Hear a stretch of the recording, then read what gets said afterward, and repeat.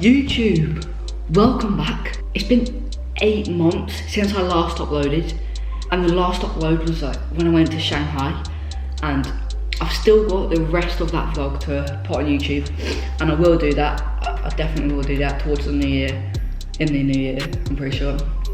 Yeah. Before we get into this video, I was gonna say, I have got a giveaway for you, 7 of you guys, and I will explain how you can enter that giveaway later on in the video. Let's get into it. Right, so for 6 months, I've been on a West End stage acting as young Harry Potter in Harry Potter and the Cursed Child. But one of the best feelings about the whole entire experience was walking out on that huge stage in front of that huge audience, 1,400 people, in one of the biggest theatres in London, if not the biggest, and one of the oldest, 129 years old, on Shaftesbury Avenue in Soho. Absolutely incredible, but at the same time, really nerve-wracking. But besides going to the theatre and acting in front of 1,400 people, I did still have to go to school and do my normal schoolwork when I could, and that wasn't much time. I did miss quite a bit of school. When I was at the theatre, I did have to do my homework. That was like the priority. What we were told by the chaperones, Ross and Eleanor, who were my 2 chaperones. They said, as soon as we got in, have you got any homework? If you do, have to get it done. I got the audition from my agency, and I went to the audition, and there was about 30 odd other kids there. And then I got recalled twice. I actually found out when I was in Shanghai with my dad. I was just in the hotel because I was about to go to bed when we got the email, and then we went back down, and then my dad told me in front of all his work people, stuff like that. It was quite funny. But the week after that, we had a meet and greet where I met the whole of the cast, and well, the whole of the Harry Potter company in general, all the producers, all the directors, all of the rest of the cast. And then a week after that, we had a social media talk where they spoke me through what I could and what I couldn't do on social media to do with Harry Potter. That's when I found out that I couldn't upload on my YouTube. I think probably the worst thing about the whole 6 months was the hair, and it was just terrible. If I needed a haircut, my hair was looking way too long. The theatre would have to cut it, and just in case you were wondering, in the pictures why my hair was looking terrible, that is the reason. Just simply because Harry Potter hasn't got a fresh trim. That's just how he is. But yeah, unfortunately, that had to be done as part of my contract. A week after that, again, we had a costume fit, and they put me into costume. Everything was all good. The costumes fitted straight away, and then we got into 4 weeks of rehearsals, I think. Yeah, 4 weeks maybe, and then everything was fine, and we got straight into the show. 6 months of the shows. It was great. I was nervous throughout the whole of my contract, but not as bad as the start. I don't think that actually goes. I don't think the nervousness goes much that way. Because I remember on my first show, I was quite a bit nervous, and then I got used to it, but then still a bit nervous, you know, like thinking of the possible things that might happen on stage and stuff like that. But one thing I found really weird was like your body doesn't allow you to like burp, cough, sneeze, like anything like that, and it just I found that so weird. I don't know what it is. Just something in your brain. But the average day of going to the theatre was I'd get into school at a normal time, then I'd be picked up by my chaperone Ross at about 12ish. So I needed to have my school lunch early because 12 was usually the time when we had been sent down from class to go and have our lunch. So I needed to have my school lunch at about 11:45, and then I'd be picked up at 12 by Ross, and he'd take me straight to the theatre on the tube, and then we'd get into our normal routine at the theatre where, unless it was a Sunday, where if it was a Sunday, we'd have our breakfast where there'd be like a whole basket of croissants and pain au chocolats, a whole section of fruits, loads of fruit, bagels, a whole selection of loads of bagels. Then we'd get into vocal warm-up, then into costume, and then up to Wham, slash wig, hair and makeup, where I'd get my scar put on, and that was the only makeup I had, unless I needed a wig, but I didn't need a wig, luckily enough.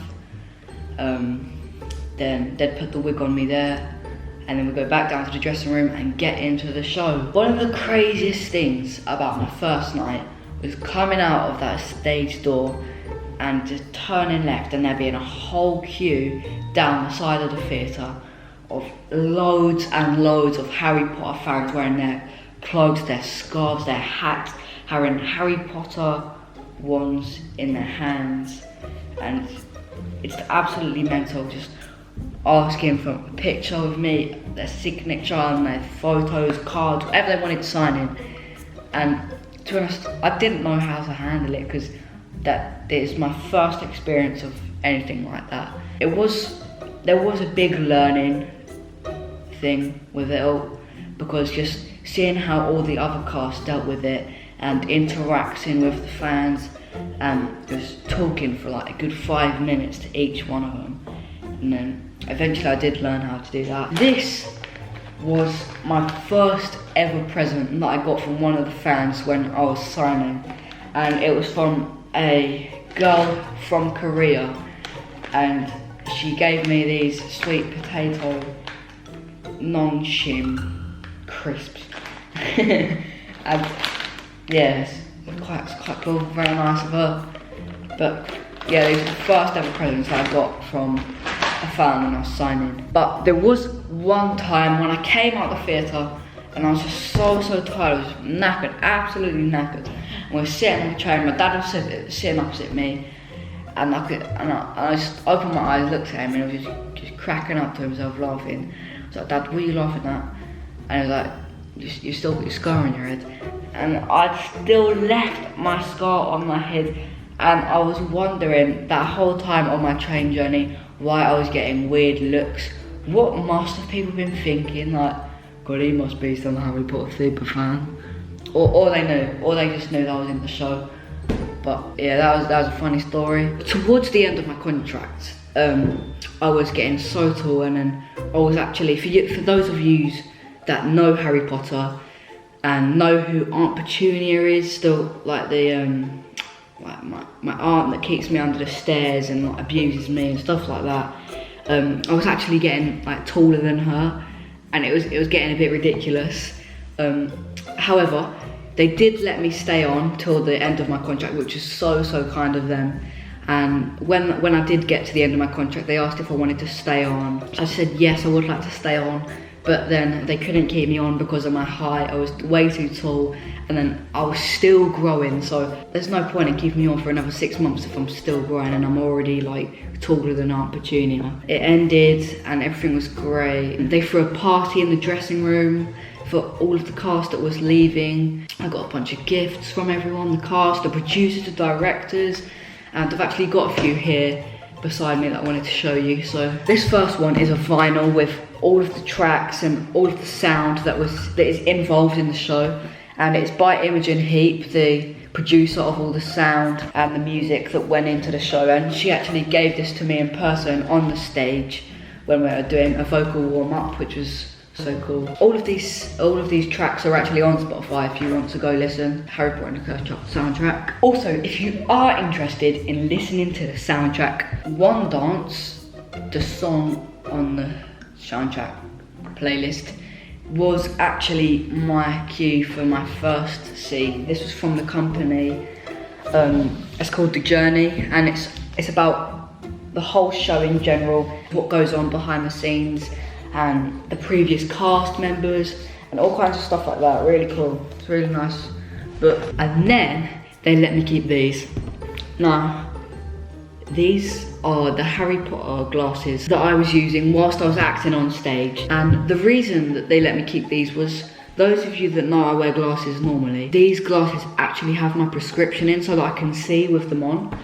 And they're not much good to anyone else, are they? So they were kind enough to let me keep them, and yeah, I was really happy about that. So then finally, this last gift was from all of the producers in the Harry Potter company, and it comes in a little white box like this, and I did have a note, but I think I forgot to bring that. I'm pretty sure it's meant to be a time turner. Those of you that have seen the show will know what I mean when I say time turner. It's kind of like a time travel machine kind of thing. Yeah, it's kind of like the inside of a watch kind of thing. It's really cool. Yeah, that's really focus. Yeah, really cool gift from the producers, and yeah, I was really grateful for that. Also, to show you guys, I have one of these programs, and they're absolutely massive and they're so nice. It feels so nice as well. And there is a picture of me in here, and it is absolutely incredible to have a picture of me in this program. Yep, there it is. And that is the picture of me and Hagrid on stage in the program. Overall, just one of the best experiences of my life, definitely, if not the best experience. And just massive thank you to everyone in the whole of the company, especially Tom Aldridge, Catherine, Raja, Elliot, Richard and Tom, the two producers. Absolutely amazing people, and I'd love to be part of the show again in the future as playing an older part. So yeah, massive thank you to everyone, incredible experience. So let's get into this giveaway. So these are what I'm giving away. 7 of these specially made Harry Potter and the Cursed Child shortbread cookies. Now, these cookies were specially made for everyone in the whole of the cast. Everyone in the cast got one of these cookies. Now, I had them made as a thank you present for everyone in the whole of the company. And this is what it looks like. It's got a little Harry Potter head design on it, and a picture of me with a note on the back to everyone in the company. All of it has got one. All of them have got one. But yeah, there are 7 here for you guys to win. So to enter this giveaway, you have to subscribe, head over to my Instagram and comment on my recent post, which should be one on all of these cookies. And comment on that post, hashtag keep the cookies, and therefore I will know which one of you have entered the giveaway, and I'll pick 7 of you at random out of a hat, and then I'll send you a DM and let you know that you've won and get one of these cookies sent over to you. Before I wrap this video up, I do want to just say that after this, all the videos will be back to normal. We'll be doing some challenges, all sorts of fun things on this channel, and yeah, I'll be back to uploading weekly, and everything will be back to normal. So yeah, remember to enter the giveaway, and yeah, I'll see you guys in the next one.